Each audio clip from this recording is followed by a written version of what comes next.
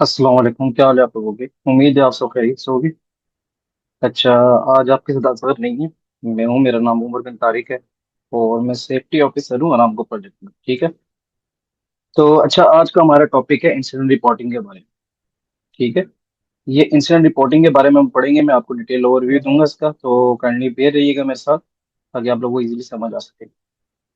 अच्छा, incident reporting एक बहुत अहम हिस्सा है। ठीक है, किसी प्रोजेक्ट में किसी भी जगह पे incident reporting is the most important part, क्योंकि कोई भी हादसा होता है उसको रिपोर्ट करना लाजमी है। ठीक है। ऑब्वियस सी बात है, अगर आप रिपोर्ट नहीं करेंगे तो क्या पता वो चीज दोबारा हो। ठीक है, इग्नोर करने से नुकसान ही होता है हमेशा। ओके। तो अब हम स्टार्ट करते हैं। तो इंसिडेंट रिपोर्टिंग जैसे कि यहाँ लिखा हुआ है, ठीक है, एचएससी स्टैंडर्ड्स के मुताबिक होनी चाहिए। इंसिडेंट रिपोर्टिंग क्रिटिकल कंपोनेंट है। ठीक है, सेफ्टी रेगुलेटरी कंप्लायंस। ठीक हो गया। अब अगर हम बात करते हैं डेफिनेशन की, तो कोई भी अनप्लान्ड इवेंट, ठीक है, जिससे इंजरी हुई हो या हो सके। ठीक है, this is what we called incident. This is the definition of incident: any unplanned event that results in और could have resulted in injury. ठीक है, तो इसे हम बोलते हैं इंसिडेंट। इसके अंदर हमारे पास नियर मिसेज आ जाते हैं। नियर मिस हम बोलते हैं किसी भी हादसे के होने से बचना। ठीक है, कोई हादसा हुआ है आपसे, जैसे आप ट्रिप कर रहे थे लेकिन आपकी बचत हो गई, तो वो नियर मिस है। ठीक है, अगर आप गिरते हैं आपको चोट लगती है, दैट्स अनदर केस। ओके। सो उसके बाद अनसेफ एक्ट आ गया।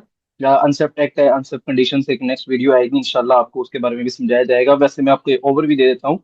अनसेफ एक्ट होता है कोई बंदा साइट पे जो काम कर रहा हो, ठीक है, वो काम जब गलत कर रहा होता है वो अनसेफ एक्ट होता है। और जिस कंडीशन में वो काम कर रहा होता है वो कंडीशन गलत है तो अनसेफ कंडीशन होती है वो। ठीक है। अब हमारे पास यहाँ पर आप देखें कि ये चीजें मैं आपको दिखाता हूँ। ये देखें। अब कितने टाइप के इंसिडेंट्स होते हैं। ठीक है, यहाँ पर देखें ऑक्यूपेशनल इंजरीज एंड इलनेस आ गई। ठीक है। इसी तरह हमारे पास यहाँ पर आ गए प्रॉपर्टी एंड इक्विपमेंट।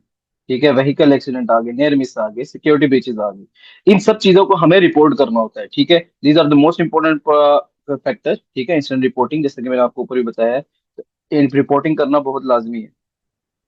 हम चलते हैं नीचे। अब रिक्वायरमेंट्स क्या है रिपोर्टिंग की? All incident must be reported immediately to the supervisor or site HSC officer. Initial verbal notification should be followed by a written report using Aramco incident reporting system.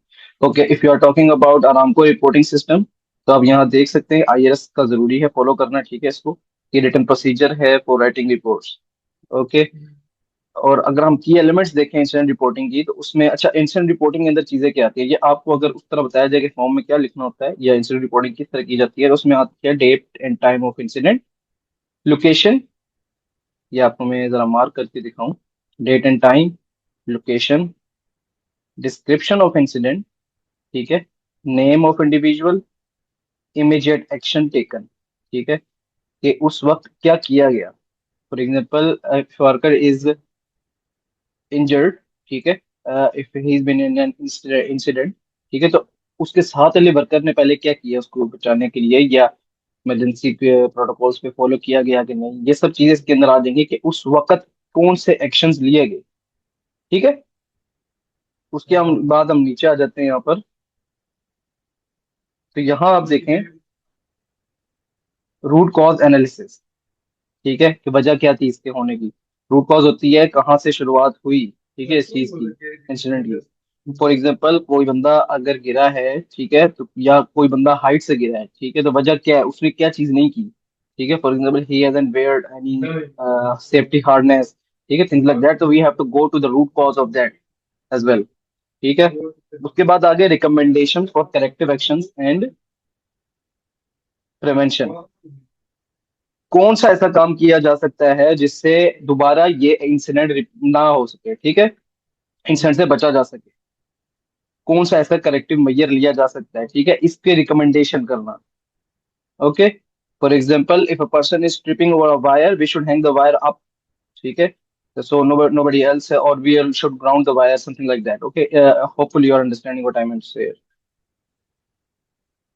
अच्छा, अब हम जाते हैं नीचे। अब आपको जैसे मैंने बोला रूट कॉज एनालिसिस के बारे में कि for major incidents a normal formal root cause analysis must be conducted using methods such as tap root, five whys, ठीक है, और fish bone diagram. You should not be able to do that as ये इतना जरूरी नहीं होता। आप ये चीजें देख सकते हैं साथ साथ। अच्छा, this analysis must be documented and submitted with in 5 working days.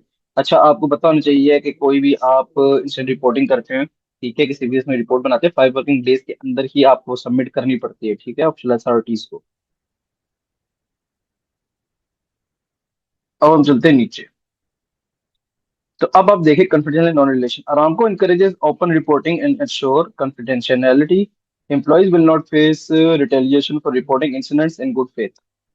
अच्छा, आपको अब मैं कुछ चीजें बता दूं अरामको के हवाले से, ये इस ऑफ टॉपिक है थोड़ी सी चीजें, लेकिन मैं कहता हूँ आप लोगों के पास थोड़ा सा नॉलेज होना चाहिए।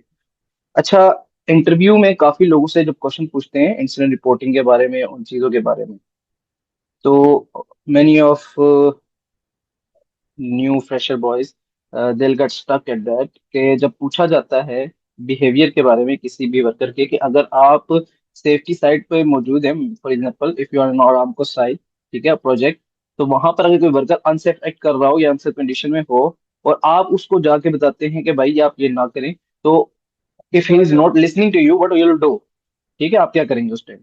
तो सिंपल सी बात है, आपने जो है ना पहले उनको समझाना है कि आप ऐसा ना करें, ये आपकी बेहतरी के लिए जा रहा है।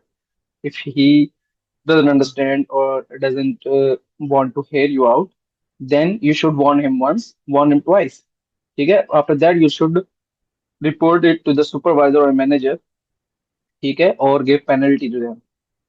सो सिंपल चीजें, ये क्वेश्चन आज एक हमारे इधर हैं जानने वाले, उनसे ये क्वेश्चन की गई थी आज, तो ये मैंने कहा आप लोगों से शेयर कर दूं, इस वीडियो का टॉपिक नहीं है ये, लेकिन अच्छी बात है अगर आप लोगों को कुछ चीजें एक्स्ट्रा पता लग जाए, क्योंकि आपको पता है कि ये वीडियोस बनाने का मकसद हमारा ये नहीं है कि सिर्फ आपको ये चीजें लिखी हुई हैं तो बस रट्टा लगवा के छोड़ दिया।